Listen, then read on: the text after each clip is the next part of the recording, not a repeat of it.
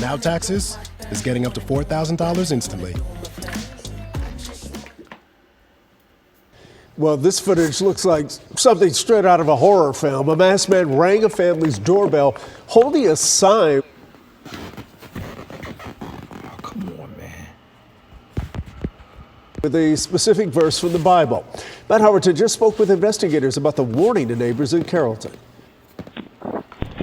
When I saw that, I was like, what's the message here? Prophecy? This is the first time we've had anything like this in this neighborhood. Or prank? It's so weird. That's what folks in this Carrollton neighborhood off of Hebron are trying to figure out. On Saturday night, an unknown man approached a family's doorstep wearing a satanic mask, holding a sign that reads Revelation 20, verses 1 through 15. Passages that depict the apocalypse in Christianity and eternal judgment. Followers ascend to heaven, the condemned thrown into a lake of fire.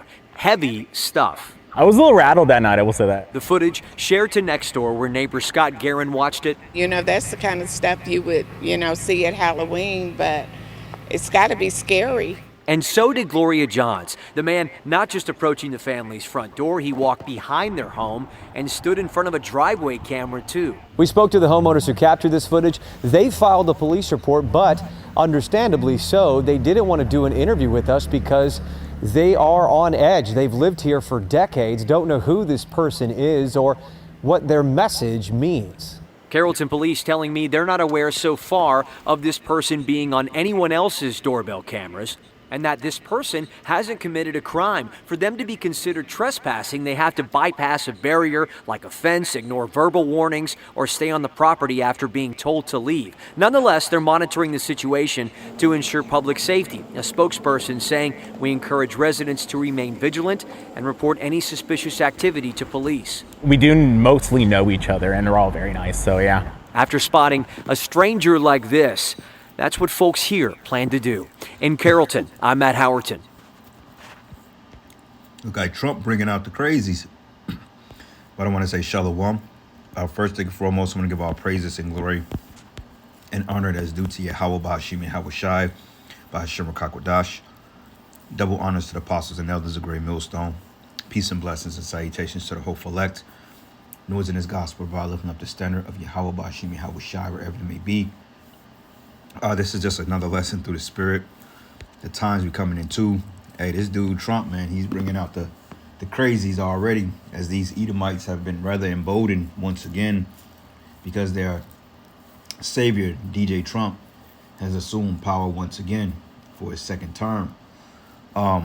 It says, unknown man wearing a satanic mask, holding sign with apocalyptic Bible verse stuns North Texas neighborhoods, which you're going to have more increases in purge-like behavior. This is like purge-like behavior, even though he had Revelation 21 through 5, which clearly he doesn't understand the history of that, because when you go into the book of Revelation, it goes into current, it goes into what happens, and also it goes into Esau coming out of the bottomless pit, which the scriptures refer to as the devil and Satan during the time of the Renaissance, which we're in the Renaissance period, which means rebirth.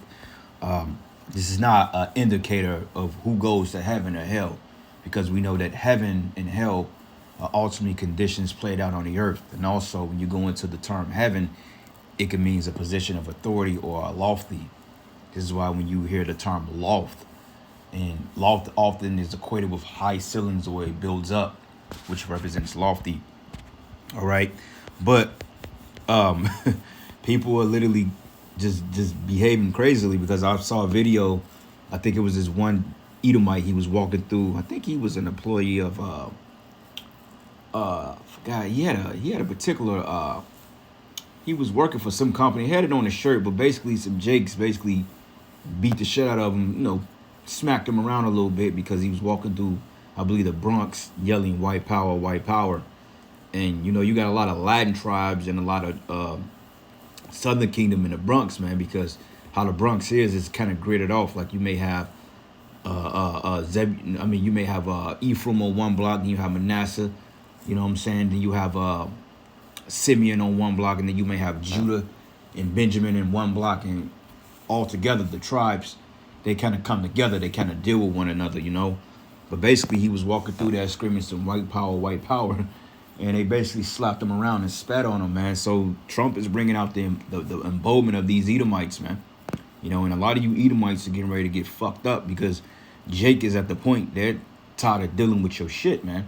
Okay, but nonetheless, this could be rather disturbing. All right, for somebody to come outside your house with a devil's mask on, ringing your doorbell. Now, Oh shit, Salakia. You know, this type of crazy behavior, and it's not considered trespassing unless you give them a formal warning. So we're in crazy times, man, all right? And things are getting ready to intensify. As I was reading in a caption that the Trump administration has detained more than 300 so-called illegals ready for deportation. So things are moving, man, all right? But this wasn't going to be a long lesson by far. Pretty quick, pretty straightforward. But it's coming time that the crazies will come out, and the scriptures goes into there will be spirits created for vengeance. So more gruesome attacks, more T attacks.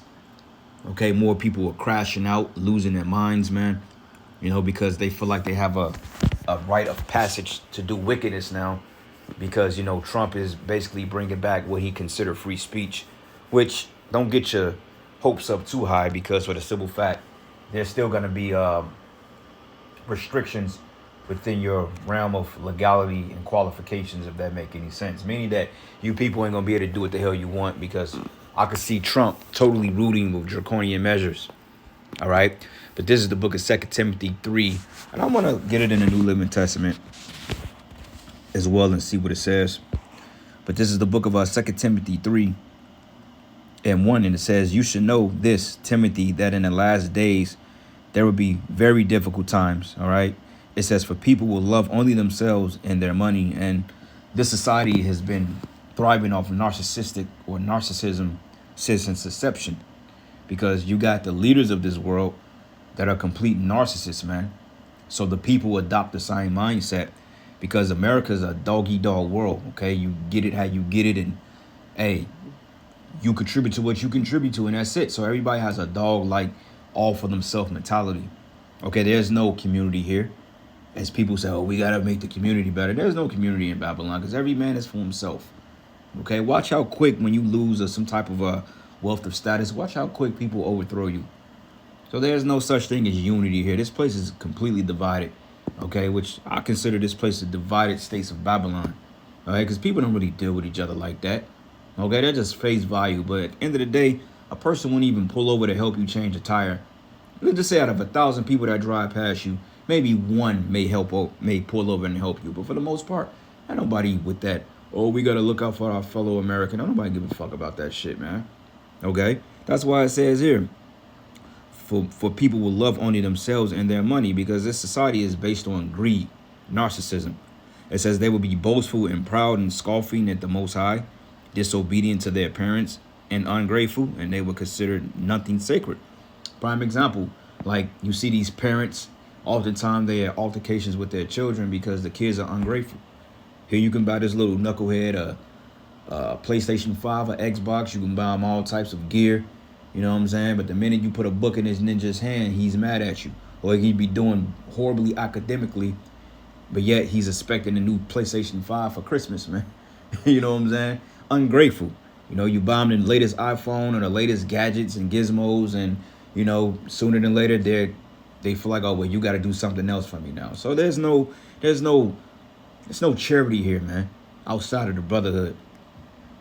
And it says here, and they would consider nothing sacred. It says they would be unloving and unforgiving, and they would slander others and have no self-control. And you even see this going on in the truth, man. Okay, at a point in time, you had men that was holding grudges against us, but yet they will go and sit neck and neck with a bunch of scoffers and scorners on their platform that has nothing to do with Yahweh Bashim and Yahushai. Okay, prime example, right? Like this guy, Brother Polite. You had men that rubbed elbows with the unconscious community when they've done nothing but slander our God, our power. But yet, when it comes to the elders and the apostles, just a bunch of old fools, a bunch of niggas, fuck them. You know what I'm saying? It's like you have an infinite hatred for these men that's been laboring in the doctrine, but yet an unconscious Negro could get a pass, man. Okay, that's straight up wickedness. That's why it says an unforgiving. that you do something that offends somebody, you know, whether it was not intentional or it may have been intentional, but whatever. Jake don't exercise that love thy neighbor as thyself. Jake don't exercise that, man. Okay, and definitely not the niggas, the 2/3. Okay, they don't. Jake has no mercy on one another. You know, you step on a Jake shoe, hey, you probably get put in a spirit world. And I've seen accounts like that. I've seen it. I've seen riots go down based on a pair of gym shoes getting stepped on, man. Whole park gets shot up over a pair of fucking funky ass shoes, man, which ain't gonna mean nothing at the end of the day. All right, but it says here, they will betray their friends, be reckless, be puffed up with pride, and love pleasure rather than the Most High. It says they will act religious, but they will reject the powers that could make them godly. But stay away from people like that. And hey, this is the time we end, okay? But going over to the King James Version, it says, this know also that in the last days perilous times shall come. Perilous goes into difficult times, man. People have hard times making ends meet. So, hey, Trump come in, hey, people have some type of slight beacon of hope because they're sitting back like, okay, what is Trump going to do? Let's hope that he make the right move for the American people. But Trump just got you people in a trick bag. Okay, at the end of the day, he's going to follow the executive orders put forth through the Rothschilds or whoever he's taking his orders from. All right, that whole TikTok finagle, that whole pump, fake, or flinch made all you people get on edge, and to the point, he's brought it back to restore some type of favor with him. But Trump don't give a damn about that. Okay, even though he's talking about extending it 75 days. I thought it was 90, but apparently according to the what do you call it, the bills and mandates he's signing into provision, it said 75 days, so who knows, right? I was at work yesterday and we was doing an outreach, and I was talking to this young Jake chick, fine little thing, you know, cutie, look good, but you know, ain't really worth a damn. And I'm gonna tell you straightforward, you women that think you're gonna slide by your looks, you got another thing coming. You know, she was cute, but you could tell the bitch wasn't shit. You know what I'm saying?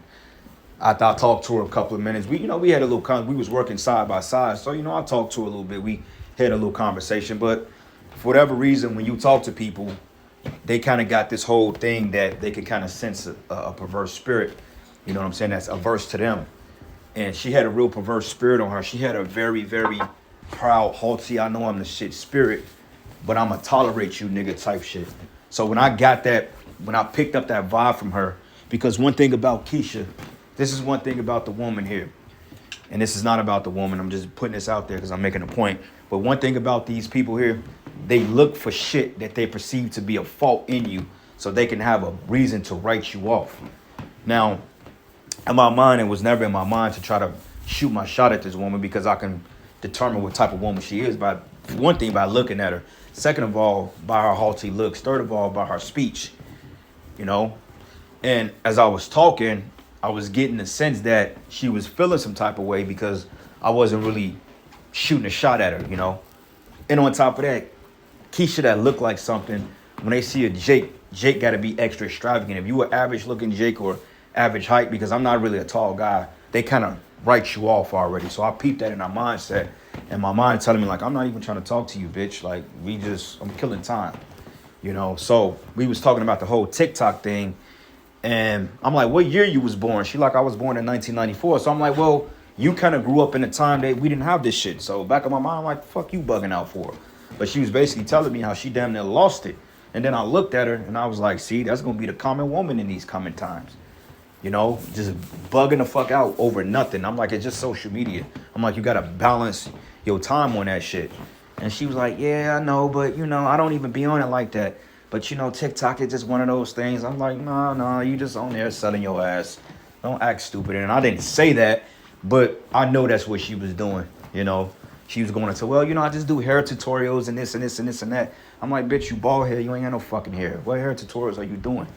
You know what I'm saying? I didn't say that, but I looked at her like, man, just shut up talking to me at this point. Like, I don't care how fucking petite you are, how tight the drawers is, and you know, none of that shit. Cause she ain't gonna lie, she was bad. She, you know, she was light skinned, she had brown eyes, had the nice, she had a perfect body on her, bro. Like, I mean, she got up and walked, and you can see the penny lines on that, how tight the leggings is. I'm like, and back in my mind, I'm like, damn, she was right, but I'm like, nah.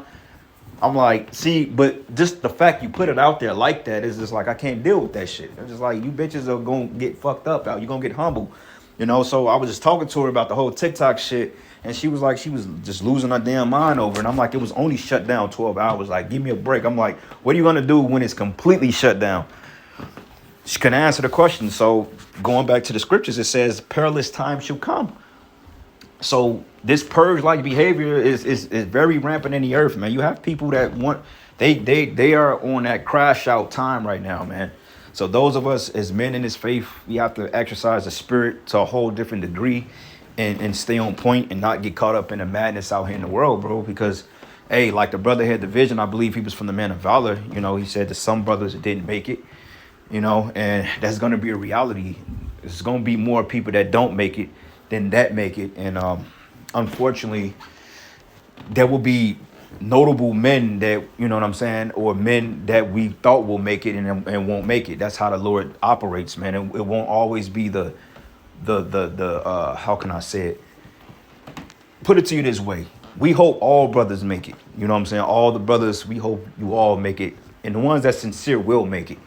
You know what I'm saying? Top guys, they will make it.